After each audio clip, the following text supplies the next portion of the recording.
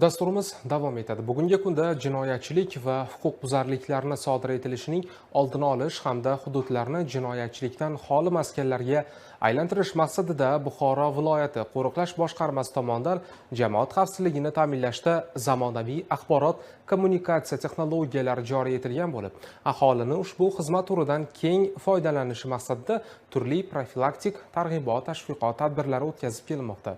Navbatdagi targ'ibot tadbirlari G'ijduvon tumanida bo'lib o'tdi.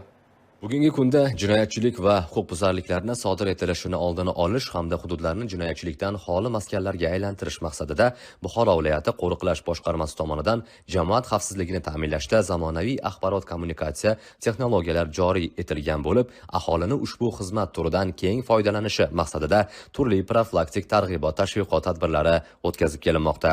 Navbatdagi targ'ibot tadbirlari G'ijduvon tumanida bo'lib o'tdi. Ichki ishlar boshqarmasi rahbariyati bilan hamkorlikda o'tkazilgan tadbirda xonadon, savdo do'konlari va ijtimoiy xizmat ko'rsatuvchi obyektlar o'rnatiladigan zamonaviy qo'riqlash signalizatsiya vositalarining afzalliklari to'g'risida ma'lumotlar berib o'tildi. Avtomatlashgan signalizatsiya tizimi uy egalarining mol-mulklarini o'g'irlashga uringanlarning harakatiga barvaqt chek qo'yishda profilaktika bo'lishi alohida ta'kidlandi.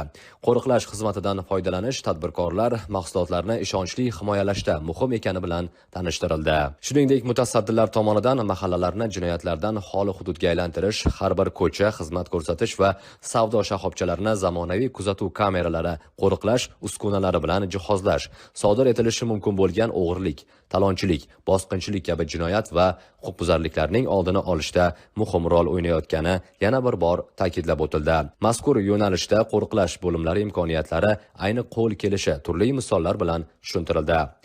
Mol-mulkka daxlsizligini ta'minlash maqsadida aholi va tadbirkorlar bilan shartnomalar tuzilib, qo'riqlov jihozlarini o'rnatish ishlari olib borildi. Xulosa qilib aytganda, olib borilayotgan ushbu kompleks chora-tadbirlar mahallalar, jamoat joylarida jinoyatchilik va huquqbuzarliklarning oldini olish, aholining huquqiy madaniyatini oshirish hamda xavfsiz va barqaror muhitni yaratishda muhim ahamiyat kasb etmoqda. Bu kabi zamonaviy yondashuv va hamkorlikka asoslangan ish uslublari kelgusida ham o'z samarasini berishda davom etadi.